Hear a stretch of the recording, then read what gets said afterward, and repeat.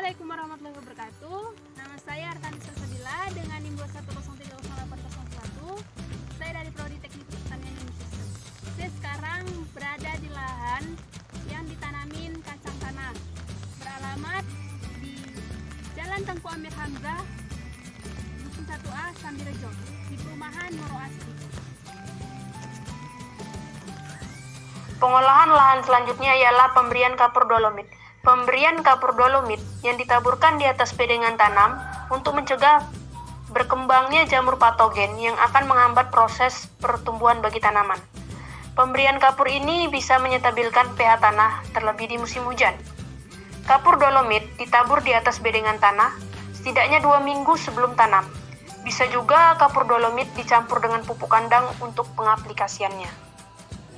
Tahap selanjutnya ialah pemilihan bibit yang unggul. Pilihlah bibit yang tua yang belum lama dikupas dari kulitnya. Kacang yang memiliki biji 4 dan biji 3. Pilihlah kacang dengan ukuran yang besar. Biji 4 dengan benih varietas Hipoma 1 memiliki daya berkecambah sebesar 93,00% dan kadar air sebesar 6,50%. Maaf diralat tadi biji 4. Selanjutnya biji 3 pada varietas Bison, daya berkecambah sebesar 96,75% dengan kadar air sebesar 6,20%. Lalu menjemur bibit kacang tanah dengan kulitnya agar kadar airnya hilang.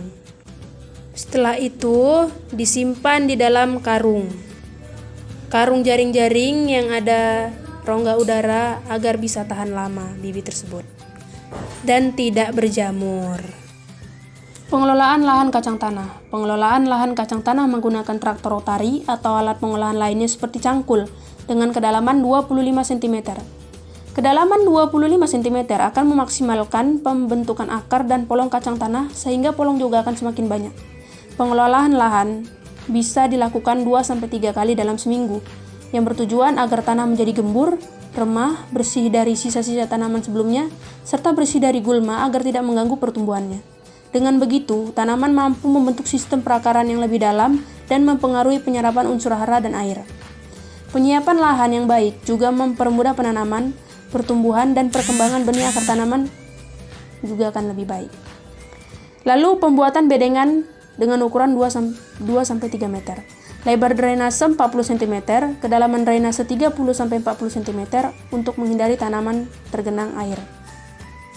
Pembuatan bedengan yang didapat oleh saluran drainase dapat meningkatkan hasil 0,34 ton per hektar dibanding dengan tanpa saluran.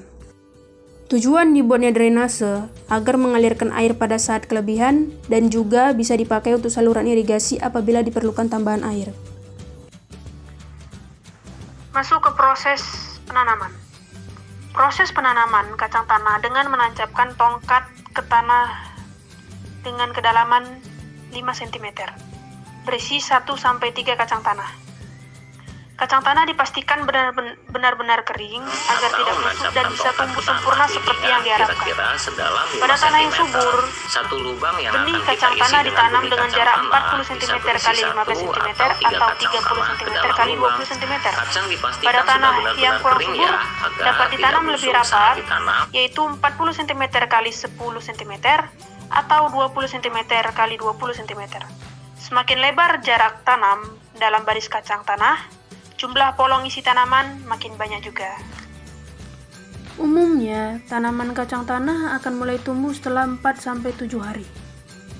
Setelah proses penanaman, tanaman kacang tanah membutuhkan suhu udara 23-26,5 derajat Celcius dengan ketinggian tempat 0-500 meter di bawah permukaan laut, kelembapan udara 65-75% dan tanah bertekstur pasir sampai lempung berdebu dengan pH 6-7.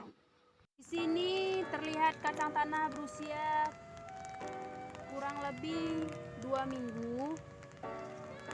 Saya di sini ingin melakukan penyiangan. Bisa terlihat gulma-gulmanya.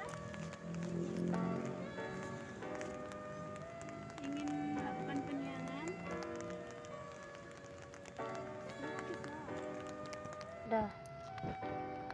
Melakukan pembersihan gulma.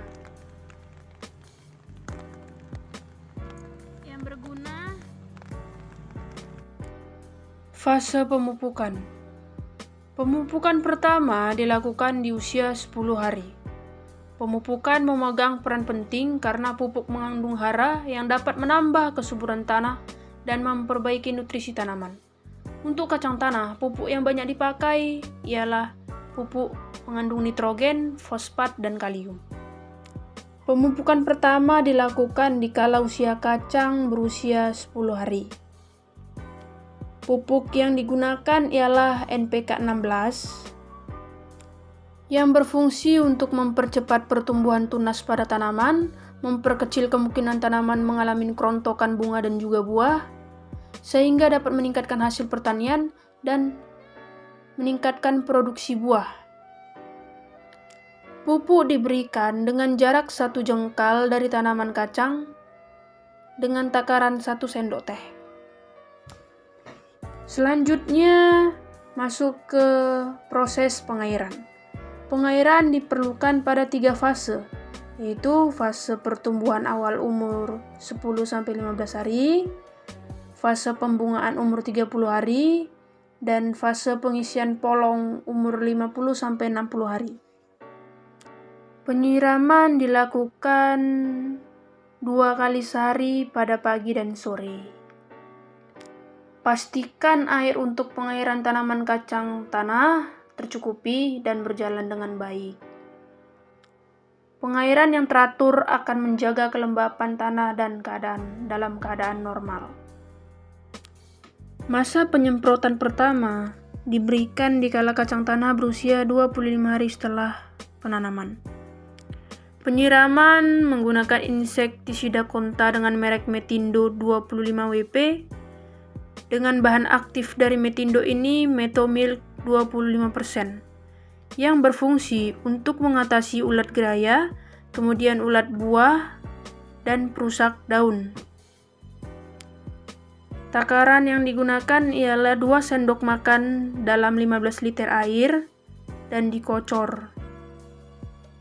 Setelah itu, lakukan penyemprotan. Pemupukan kedua dilakukan setelah pembersihan rumput dan penimbunan batang kacang tanah di usia sekitar 30 hari. Pupuk yang digunakan ialah pupuk NPK 16 dengan jarak 1 jengkal dari tanaman kacang dan takaran 1 sendok teh. Penyemprotan kedua dilakukan di saat usia tanaman kacang tanah berusia 35 hari menggunakan pupuk boron dan pupuk Metindo 25 WP, masing-masing 2 sendok makan. Boron berfungsi untuk merangsang pembuahan. Keduanya dikocor dan dispray.